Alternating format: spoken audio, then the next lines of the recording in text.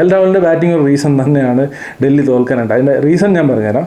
L രാഹുലിൻ്റെ total score എന്ന് പറയുന്നത് 92 runs 52 ബോളിലാണ്. ഒരു പ്രശ്നം തോന്നുന്നില്ല. സ്ട്രൈക്ക് റേറ്റ് നോക്കുകയാണെന്നുണ്ടെങ്കിൽ 176 ഒരു പ്രത്യേകിച്ച് ഒരു പ്രശ്നം തോന്നുന്നില്ല.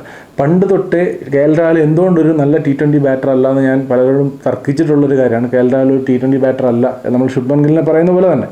അത് എന്തുകൊണ്ടാണെന്ന് വെച്ചാൽ അത് നമുക്ക് പവർ പ്ലേയിലെ എൽ രാഹുലിൻ്റെ ബാറ്റിംഗ് നോക്കിക്കഴിഞ്ഞാൽ പവർ പ്ലേയിൽ എൽ രാഹുൽ അടിച്ചിരിക്കുന്നത് 25 ബോളിൽ 33 റൺസാണ്. Strike rate 130. ഡൽഹി പോലെ ഇങ്ങനൊരു വെന്യൂവിൽ ഹൈ സ്കോറിംഗ് മാച്ചിൽ പവർ പ്ലേയിൽ 130 സ്ട്രൈക്ക് റേറ്റിൽ ബാറ്റ് ചെയ്യുന്നൊരു ബാറ്റ്സ്മാനെ എനിക്കറിയില്ല. ശരിക്കും പറഞ്ഞാൽ ഈ 63 റൺസാണ് പവർ പ്ലേയിൽ ഡൽഹിക്ക് വന്നത്. ശരിക്കും ഈ ഒരു ചേസിൽ ശരിക്കും ഒരു 75 റൺസ് പവർ പ്ലേയിൽ വരേണ്ടതാണ്.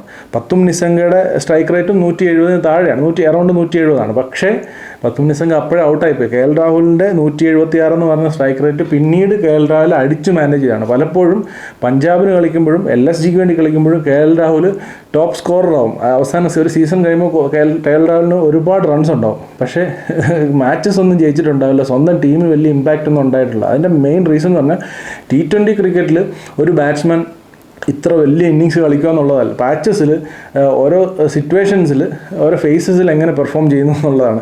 ആ ഫസ്റ്റ് പവർ പ്ലേയിൽ അടിക്കേണ്ട സമയത്ത് അവിടെ അടിക്കണേ. ഇപ്പോൾ ഈ ഒരു IPL നമ്മൾ ശ്രദ്ധിച്ചാൽ മനസ്സിലാവും.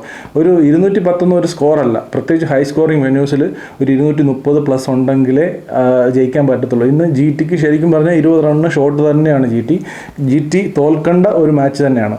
അവിടെ വേറെ ശുഭ്മാൻ ഗിൽ, അതിലേക്ക് ഞാൻ തിരിച്ചു വരാം.